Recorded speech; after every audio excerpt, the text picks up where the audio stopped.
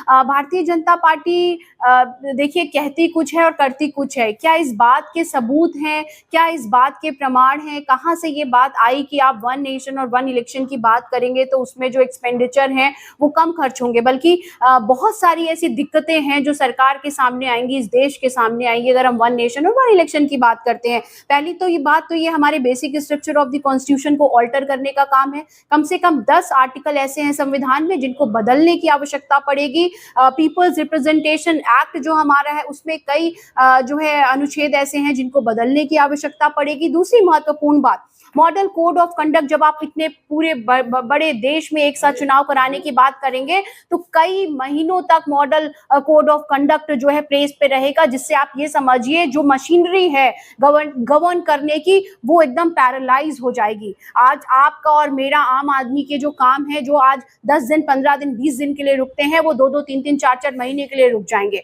दूसरी महत्वपूर्ण बात यह है कि वन नेशन वन इलेक्शन की वजह से जो रीजनल इश्यूज हैं, जो स्टेट्स के जो आम मुद्दे हैं, हमारे और आपसे रिलेटेड जो लोकल मुद्दे हैं, वो इन नेशनल इश्यूज में कहीं खो जाएंगे। और बड़ी पॉलिटिकल पार्टीज, जिनमें सबसे पहले आप देखिए भारतीय जनता पार्टी जिस तरीके की बात करती है, वो अपने जो एक हिडन एजेंडा होता है उसको जो है लाने की सामने कोशिश करती है, सांप्रदायिकता की बात करती है, ध्रुवीकरण की बात करती है, वो इस एजेंडे को ऊपर लाने में कामयाब हो जाएगी। तो ये भारतीय जनता पार्टी की तरफ से फेंका गया एक ऐसा जाल है जिसमें हमें नहीं फंसना है, क्योंकि अगर इसमें देश को फंसाने में वो कामयाब हो गए तो मुझे लगता है इस देश में जो संविधान है, बेसिकली उनका मकसद ये है कि इस संविधान को बदलना चाहते हैं, संविधान को बिल्कुल पलटना चाहते हैं, जिससे कि वो अपनी मनमानी कर सके, डिक्टेटरशिप इस देश पे चला सके। सबसे पहली बात तो ये है कि वन नेशन वन इलेक्शन ये पहली बार नहीं हो रहा है।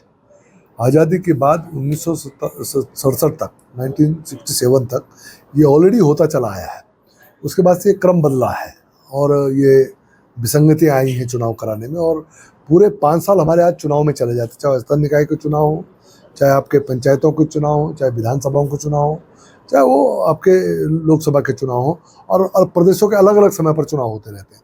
तो अगर अनुमान लगाएंगे तो पूरे 5 साल हमारे पूरे देश के चुनाव में जाते हैं, जिसके कारण बहुत सारी मैन पावर भी खराब होती है, मनी पावर भी खराब होती है, पैसे का भी अपव्यय होता है। तो इसको समेटते हुए अगर चुनाव एक साथ हो जाए तो हमारा समय भी बचेगा, काम करने के लिए अधिक समय भी मिलेगा, धन भी बचेगा, और जो मानव संसाधन उसमें लगता है वो भी सीमित लगेगा। तो इसका लाभ हमको मिलेगा और उस ओर हम आगे बढ़ रहे हैं।